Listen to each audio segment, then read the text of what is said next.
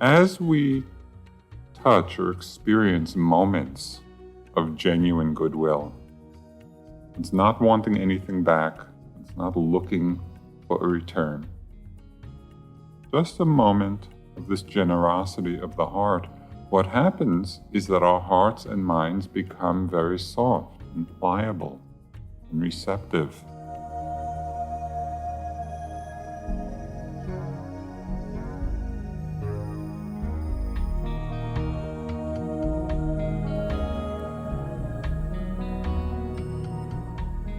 Welcome to the Joseph Goldstein Insight Hour.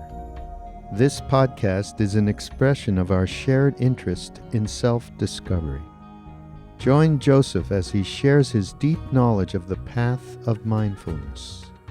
If you are interested in supporting this podcast, please go to BeHereNowNetwork.com/Joseph.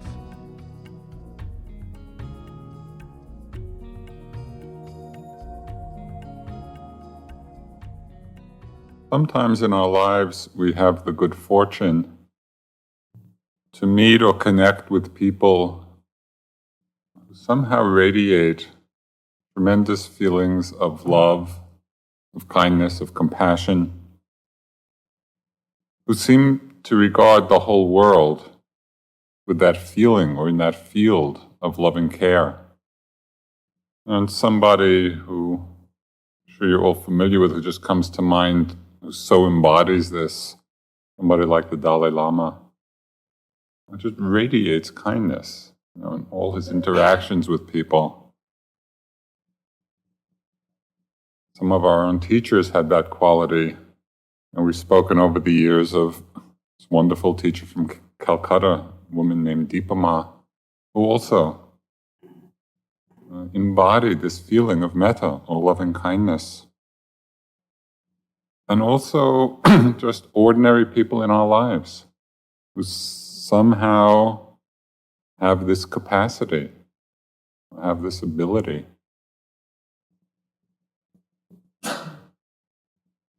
Often it's associated with a deep understanding of suffering. And when our hearts, in one way or another, either through life experience or through meditation practice, but often as we've learned how to open our hearts to the suffering in our own lives and lives of other people, when that's held with wisdom, it becomes the source, it becomes the field that's expressed with compassion and with love. Somebody like Deepama, it's like she was always blessing. That was her main occupation. So whoever she was with and wherever she was, and she was just blessing people and animals and airplanes. And, be happy, stay up. Somebody like the Dalai Lama, the few times that I've had the occasion to meet him, and maybe others of you have noticed this as well, he just makes you feel like you are the most important person in the world. His attention is so complete and so full and so unconditional. And it's wonderful to be treated like that, to be held in that way.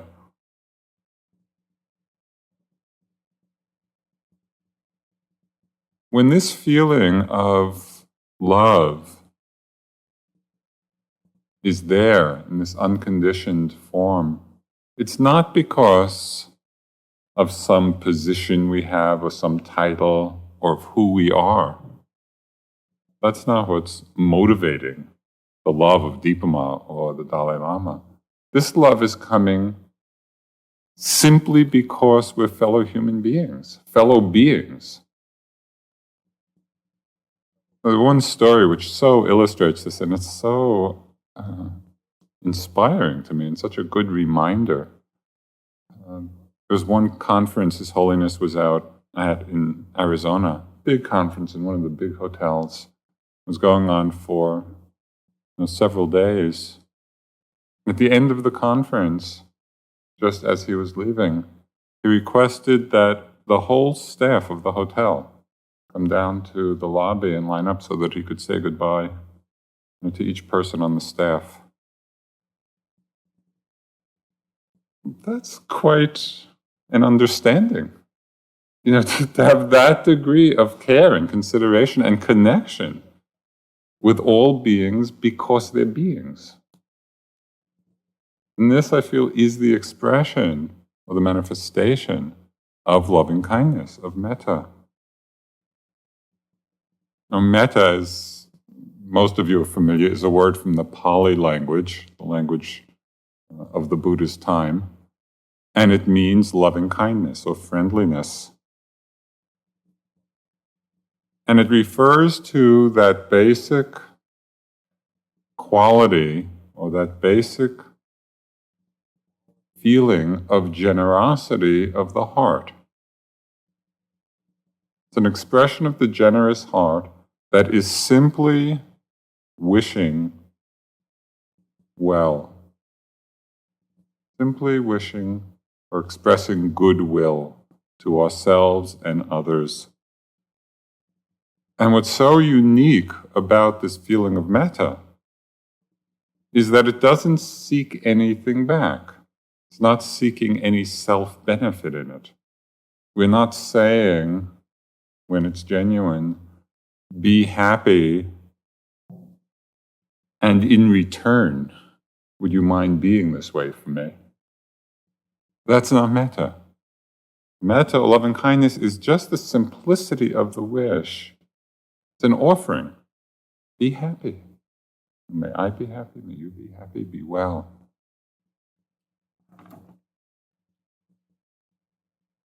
Because sometimes expectations sneak in when we may not even hardly be aware of them.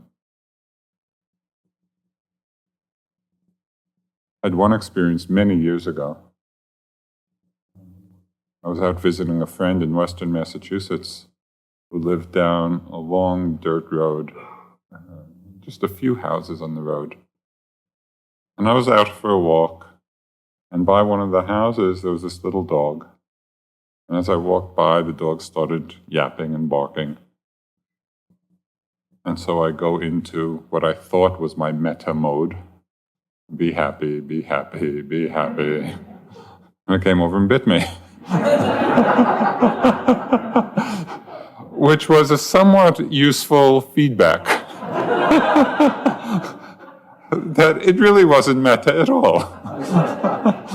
I really wasn't wishing that dog happiness. I was basically saying, stay over there.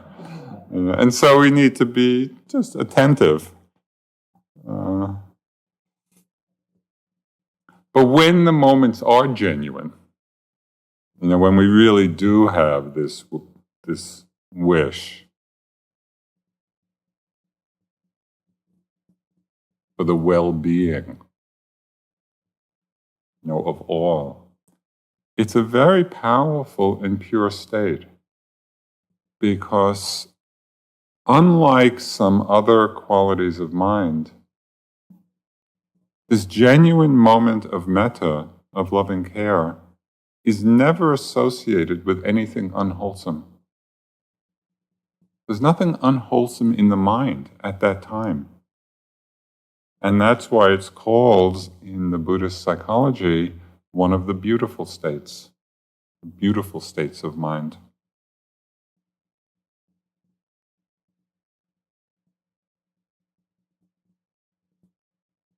As we touch or experience moments of genuine goodwill, it's not wanting anything back, it's not looking for a return. Just a moment of this generosity of the heart. What happens is that our hearts and minds become very soft and pliable and receptive.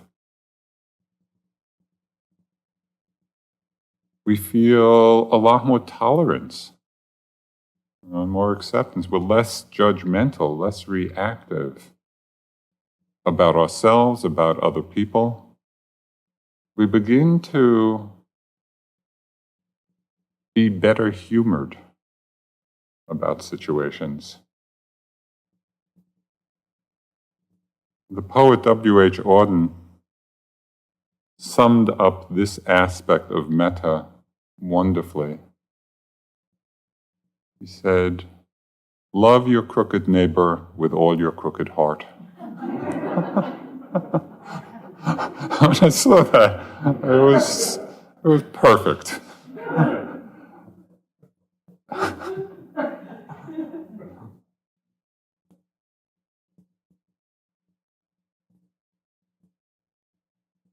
It's because we soften, because we're better humored about our own flaws and the flaws of others.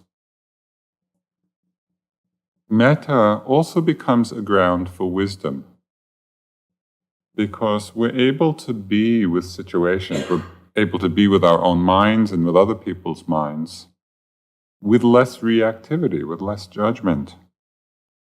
And so it helps us see more clearly and more exactly what course of action is skillful and what course of action is unskillful. When we're simply reacting, with anger or hatred or fear or whatever it may be, we're not seeing clearly. Our minds are clouded, and so we often make poor choices. This quality of patience, not patience in terms of enduring something, but patience in terms of softening, spaciousness. It gives us the space to make wiser choices. And as we make wiser choices in our lives, the results that come back to us are more fruitful, are more beneficial, are more the cause of happiness. The happier we are, the more metta, love, and kindness we feel. And so it simply becomes a spiral upward of happiness and loving kindness. The Buddha talked about the virtues of loving kindness in one of the suttas. He said, "One who actively develops loving kindness, mindfully and without limit, sees that their attachments wane and their bonds become worn thin. If one shows kindness with a clear mind, even once, for living creatures, by that one moment of kindness, one becomes wholesome. Having mercy in his or her heart for all creatures, a noble person brings forth abundant goodness."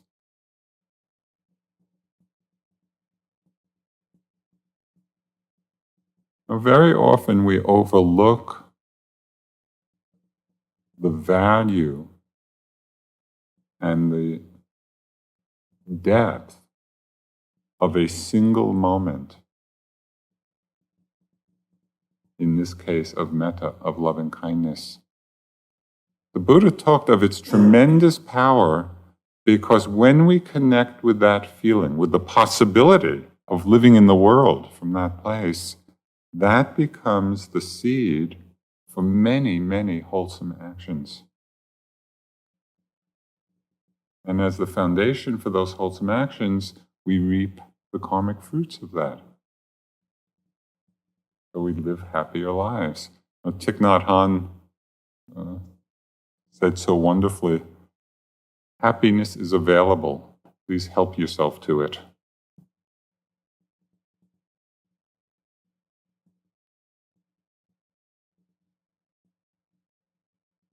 But it takes practice.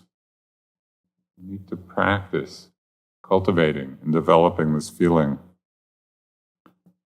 Because although we may recognize and understand the power of metta, the beauty of it, there are many times in our lives when we're not feeling it. Now, we'd like to be loving, but old habit patterns of reaction and judgment and behavior are very strong, and often they cloud and obscure the feeling of loving kindness that's there. So what's happening at these times when we feel like we can't connect with the simplicity of these good wishes? Very often what's happening is that we confuse the feeling of metta, of loving kindness, with what is called its near enemy. And that is a state of mind that looks like metta, that acts like metta, masquerades as metta, comes disguised as metta, but is not metta. And this near enemy of loving kindness is the feeling of desire. They're very close to one another, but completely different.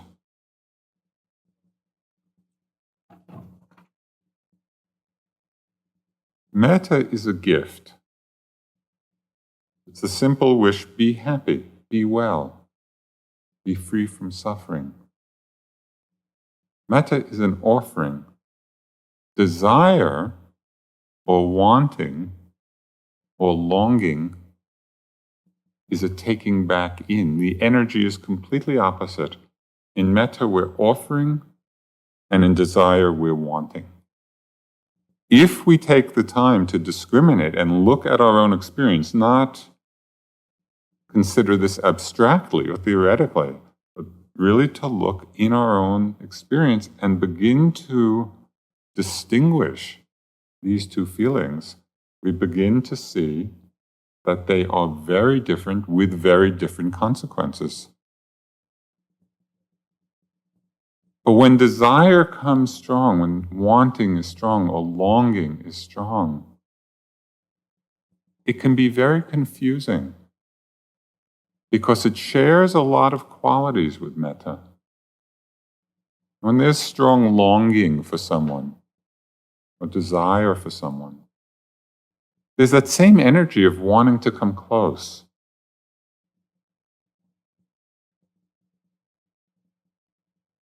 With both metta and desire, it can be very pleasurable. It can actually bring us a lot of pleasure. And so we confuse the two. We don't discriminate.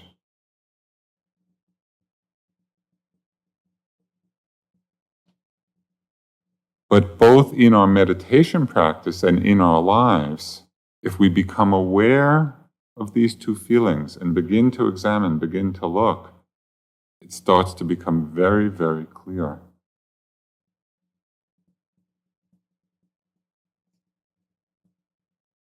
Here, we're on a metta retreat.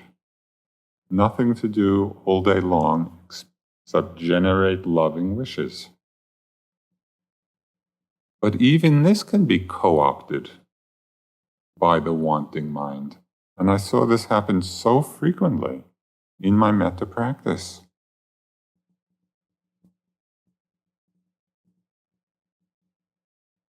Can we be with each phrase as a simple wish, a simple expression of love? Or are we doing the phrases with an eye out for what we're getting from it? And I saw my mind do this so often as I was on long metta retreats. I would be doing the phrases. Am I getting concentrated? Am I getting deeper? Am I getting more loving? And all of a sudden, this metta practice became completely self-referential. And the people I was sending to were completely incidental to what I might be getting out of the practice. Well, that's just more of the wanting mind, more of the desiring mind, and it actually sets us up for a lot of discouragement and frustration because we very rarely measure up or get what we're wanting or expecting, and so we're in a state of ongoing discouragement. And all of that can be cut through by recognizing that state of mind is not metta, is not love. That state of mind is just form of wanting or desire, can I come back to the simplicity of a single phrase, be happy? So this is our practice. The wanting mind, the desiring mind is very sneaky. So we have to be a little bit watchful, for when it arises, because it is the near enemy of metta, and it begins to weaken the genuine feeling or this counterfeit of it.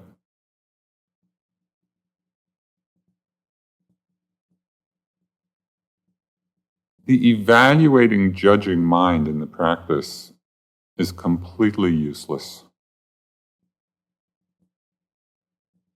And when I watched my mind do this over and over again, it reminded me of a time when I was quite young, maybe 7 or 8 years old, and planting my first garden. Actually, my first and last. But I put all the seeds in the ground, and just as the carrots, began to come up in the green, I got so excited I kept pulling them up to see how they were doing. Well, obviously, it wasn't a very successful garden. How am I doing? How am I doing? How's it going? The meditation getting better? We do the same thing in our practice, so we have to see that, let go of that, and come back just to the simplicity of each good wish. But that's what we're practicing. An ability, moment after moment, phrase after phrase, to connect with that place of goodwill.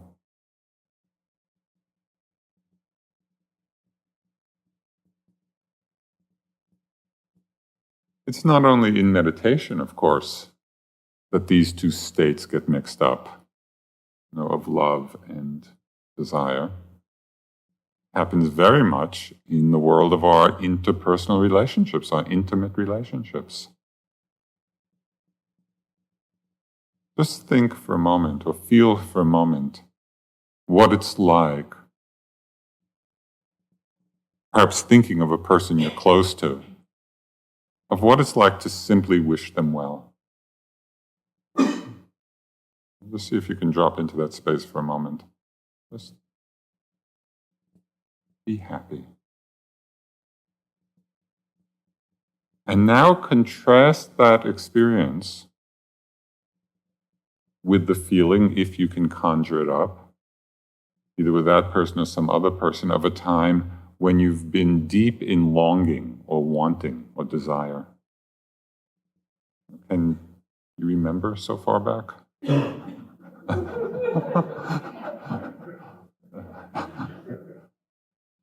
They're so different.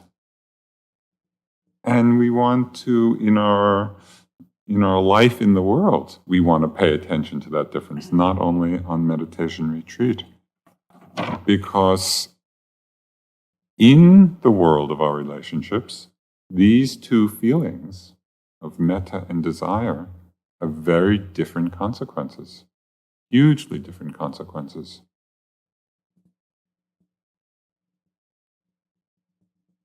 Which feeling do you suppose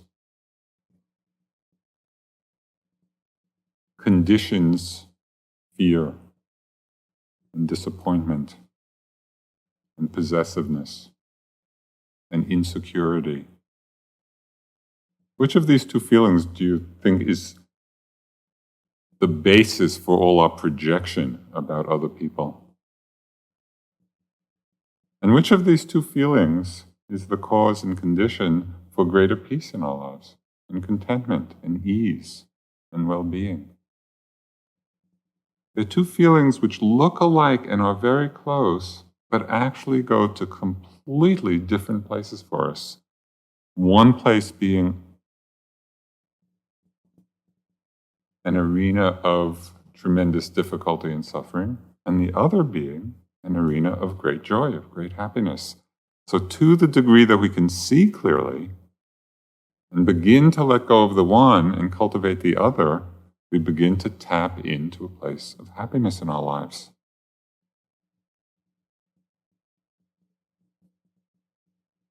But all of this we need to experience, to investigate this for ourselves. Now, as with all the teachings of the Buddha, it's not enough just to hear it and have some opinion one way or other, either it makes sense or it doesn't make sense or whatever. It's not at all about belief.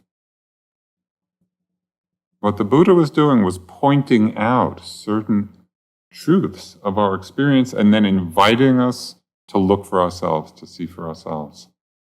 And that's the ongoing invitation at meditation retreats, of the power of this clear seeing.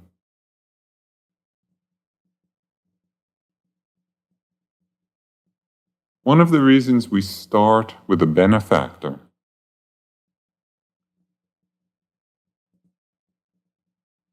is because it's easier to start recognizing a feeling of metta with a relationship that's very uncomplicated.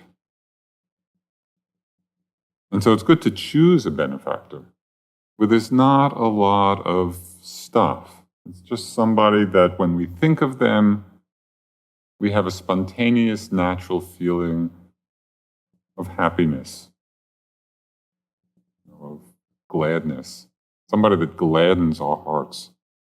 Because even if we started doing metta with somebody that we have a tremendous love for, a very dear person, but very often with those very dear people, it's very or can be very complex. And in the beginning of the practice, it's helpful if we can recognize those moments when the metta is simple, it's pure, it's genuine, it's the simple wish for someone to be happy. Because the more clearly we recognize it and the distinctiveness of it, the easier it is to access that feeling again and again. It's as if we recognize that in ourselves. Oh yes, this is really a feeling of loving kindness. We recognize it. It starts to become our friend. It becomes our home. And so instead of being something we're doing, practicing metta, it becomes the place we're living. We're just resting in that basic place of goodwill.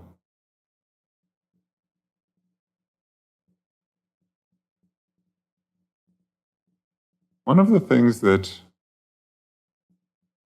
gives love, this pure kind of loving kindness, such power, is its inclusiveness. It has the capacity to embrace all beings, unlike the feeling of desire. How many people can you desire? 1, 2, 5, 10? And there's a limit. There's nobody, I think, who has desire for all beings. Because it would be a hell realm. Desire, the wanting mind, does not have the capacity to embrace all. And yet it's precisely the simplicity and the openness and the generosity of metta. Yes, may all beings be happy. All beings without exception. That's a wonderful capability.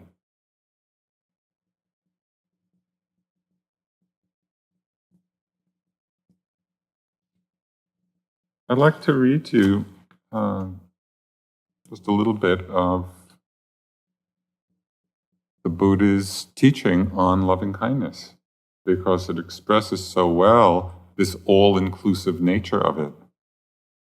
So this is really his instruction to us in practicing metta, in practicing loving kindness. He said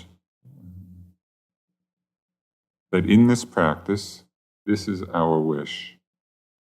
May all living things be happy and at their ease. May they be joyous and live in safety. all beings, whether weak or strong, omitting none, in high, middle, or low realms of existence, small or great, visible or invisible, near or far away, born or yet to be born, may all beings be happy and at their ease.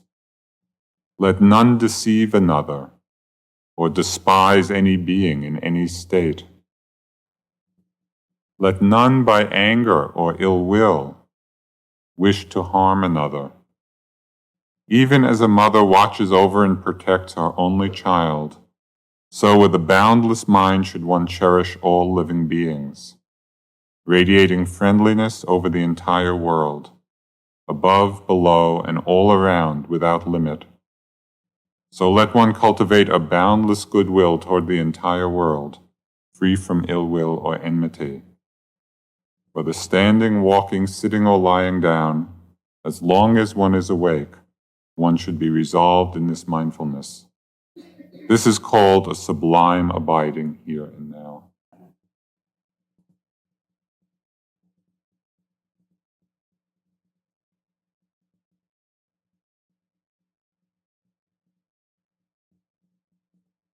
Nice way to abide. Yeah, and the beauty of this retreat, and it's what I love about Metta retreats, it's like this is our job for a week. We have nothing else to do, no other responsibilities, except to sit and practice, sending out loving wishes, starting with ourselves, and then we'll work through all the categories, to all beings everywhere, without exception, without limit, without boundary.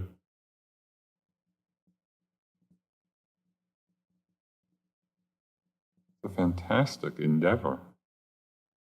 If more people were doing this in the world would be a very different place.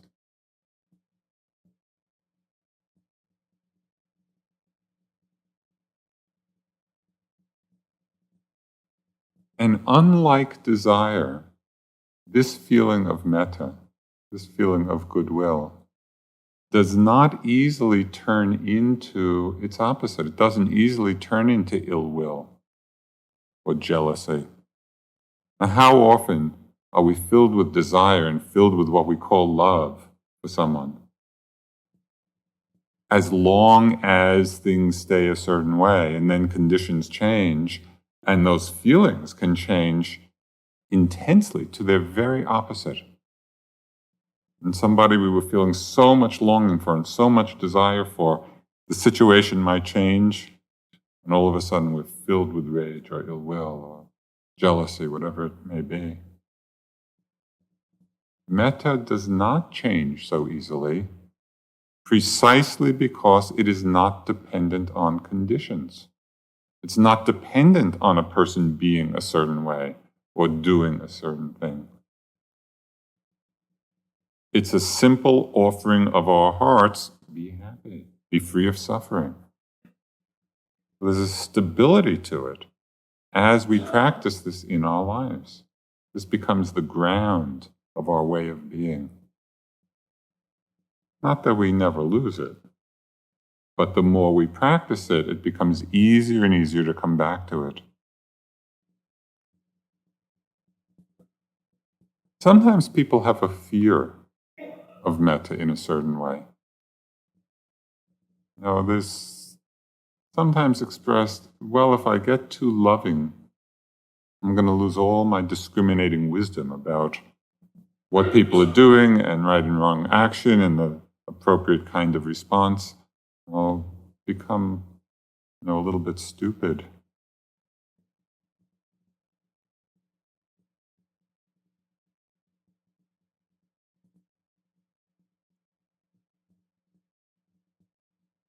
But it's interesting to see it's exactly the opposite of what really happens. That it is the anger, it is the judgment, it is the reactivity of our minds which clouds our judgment, which prevents us seeing things clearly. And this feeling of metta, of love, does not in any way hinder appropriate action, appropriate responsiveness. I wanted to read a couple of things from Aung San Suu Kyi, who is the woman who's the leader of the democracy movement in Burma. And I don't know how familiar you are with the politics of Burma, now called Myanmar these days, but it's terrible. I mean, it's a horribly repressive government. Lots of people being thrown in jail and tortured and forced labor, and it's very, very bad there. And she's this most amazing woman. She was under house arrest for 6 years or longer. And then for a brief time, she was able to move around a little bit and speak publicly. And again now, not under official house arrest, but cannot, in fact, leave.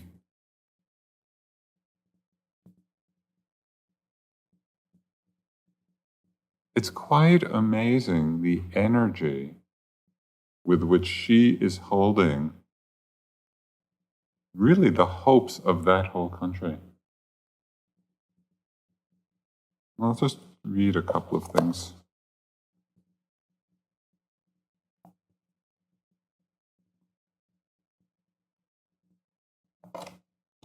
One of the aspects of her being and her life that's really inspiring to me is that it's very down to earth. She's not talking theoretically at all. This is a book of interviews with her and some of her colleagues. It's called Voice of Hope, done by a friend of ours, Alan Clements. So he was asking, Daw Sue, a simple question, what does love mean to you? And she answered, I don't really think of love in an abstract way. When I first think of Metta, I feel it within our movement, especially between my colleagues and myself. We work like a family. We are not just colleagues. We have a real concern and affection for each other, which is the basis of our relationships.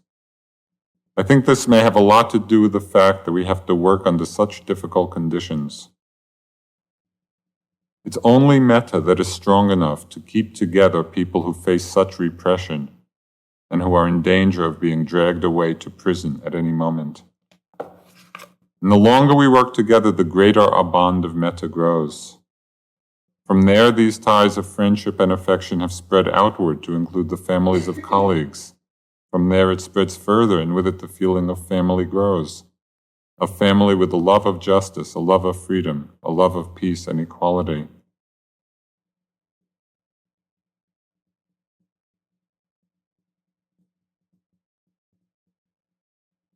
And then she was asked, well, how are you able to feel affection towards tyrants, toward the people who are so oppressive and the cause of so much suffering? It just happens. I never imagine scenes where I'm oppressing them or getting my own back or giving them a nasty time and making them miserable. Such thoughts give me no satisfaction, nor are they images that I see as particularly pleasant and desirable. What I do imagine is a time when all this animosity has been washed away and we can be friends. That's an amazing way to hold a situation, a very real situation of tremendous suffering.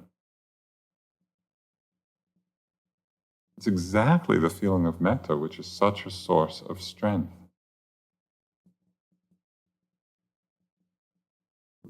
There's one other part in the book at the very end. There's a series of interviews with some of her colleagues who spent a lot of time in jail, the very brutal conditions. And one of them was asked, aren't you afraid of being put back in jail? And he sort of laughed, with Alan. And he said, you don't get it. I'm not afraid of being put back in jail. My freedom is today, not tomorrow. This whole way of being was about staying free in the moment, free of fear, free of hatred. That's wonderful. It's wonderful to see the power that metta can give us in very adverse circumstances.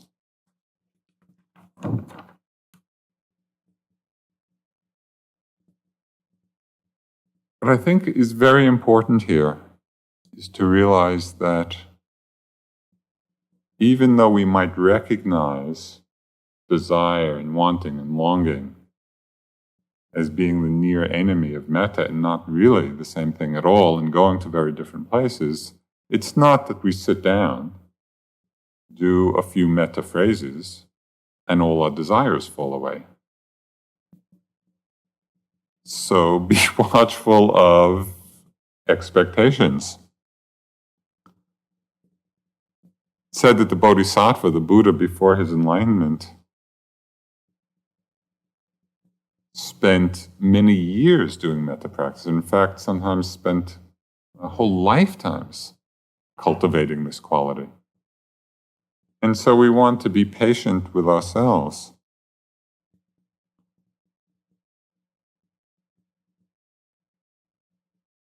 How can we do it?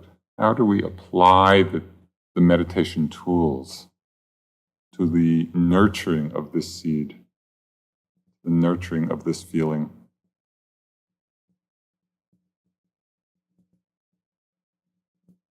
A very helpful addition to the actual metta phrases at the beginning of a sitting is asking for and extending forgiveness.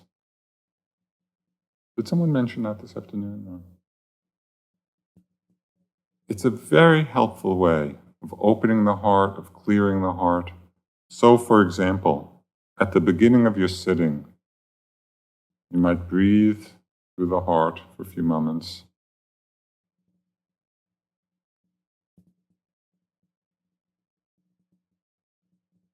And then in a very open way, if I have hurt or harmed anyone, in my thoughts, in my words, in my actions, I ask forgiveness. And I freely forgive anyone who may have hurt or harmed me. Purifying, it's cleansing. From that place, then becomes easier to generate feelings of goodwill.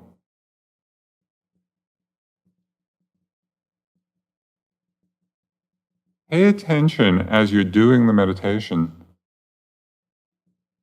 to the meaning of the phrases, because sometimes we get into a mechanical run. May I be safe, may I be happy, healthy, I live with ease. And back to the first one again. And we're not even paying attention really to the fullness and the richness of each of those wishes. May I be safe. Let that sit for a moment and percolate. What does safety mean? It means safe from outer danger, safe from harm.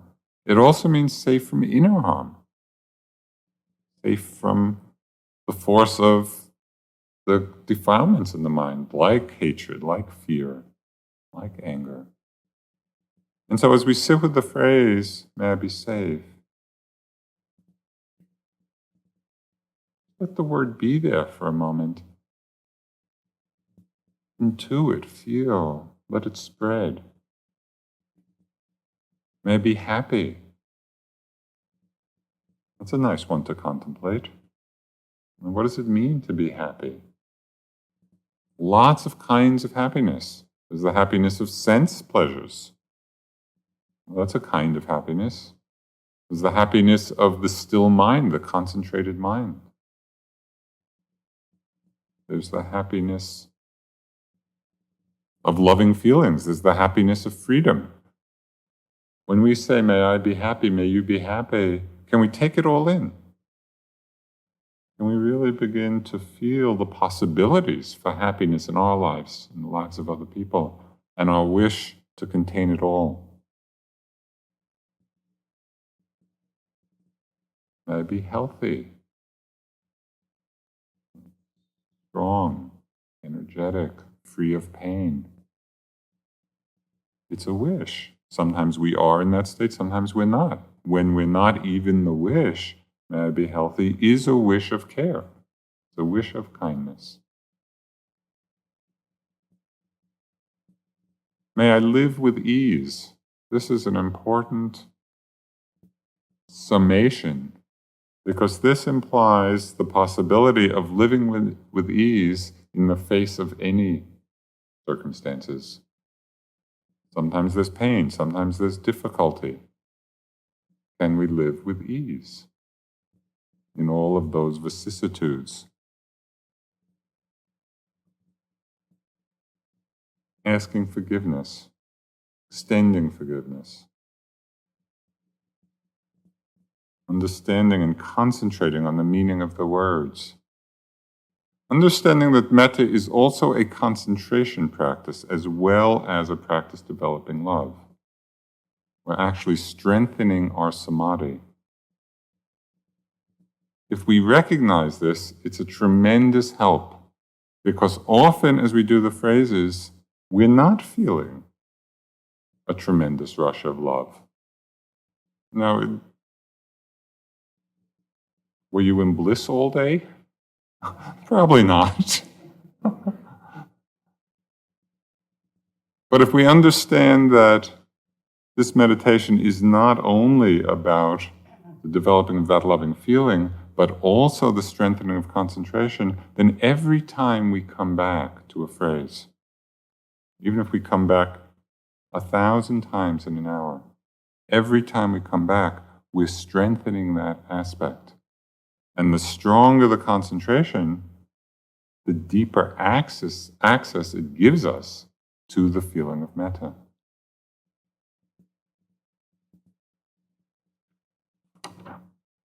As with any concentration practice, it's important to get the balance of right effort. Because we can be holding on, we can be making too much effort, and we lose the rhythm. We can be making not enough effort, and the mind just spaces out and wanders.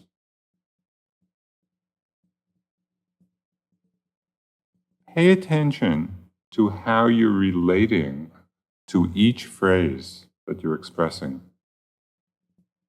Just look at the relationship. Is it too tight? Is it too loose? Are you right there in a stable way?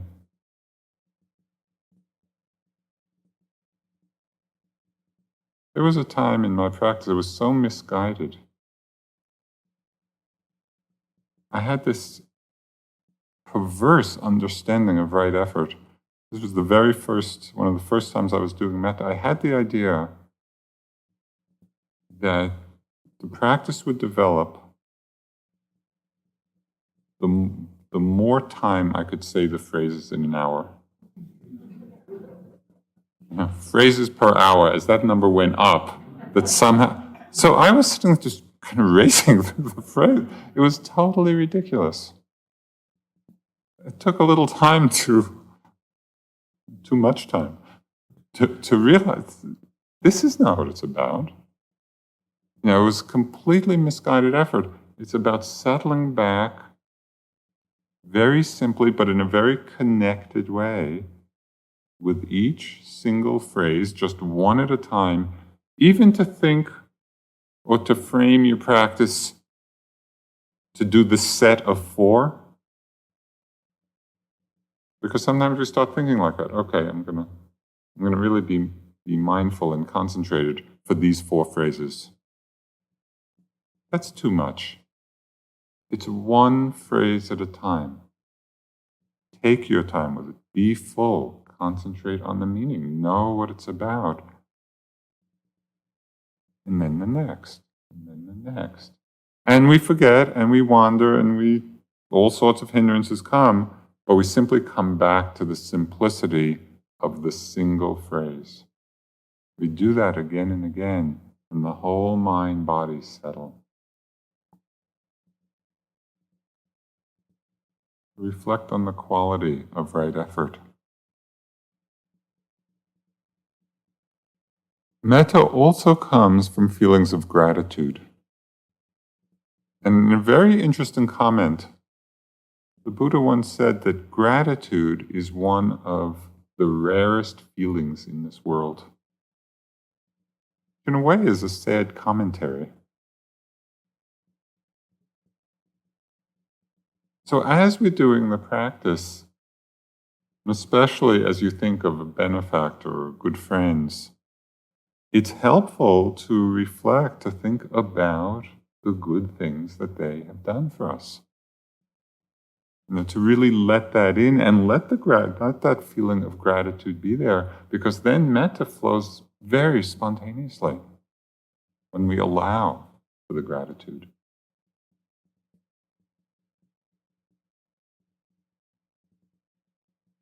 Metta comes when we reflect on the good qualities in ourselves and other people. For most of us, our minds are so judgmental, and we seem to have a comment, often negative, about everyone, about ourselves, about other people. And in metta, what we're doing is beginning to change that conditioning. So instead of focusing on what we see is wrong with people, of course we have long lists often, instead of focusing in that way, we begin to focus on the good qualities of people.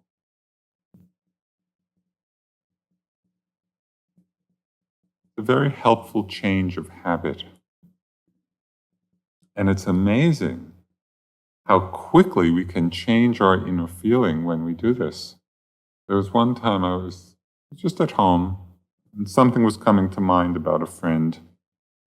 It was irritating me, something they had done, and I was getting more upset and angry and getting lost in the story of all that. And then I saw what was happening, that I was getting more and more uptight and upset. And I just started doing metta. I started thinking of this person and thinking of his one or two good qualities amongst all the others.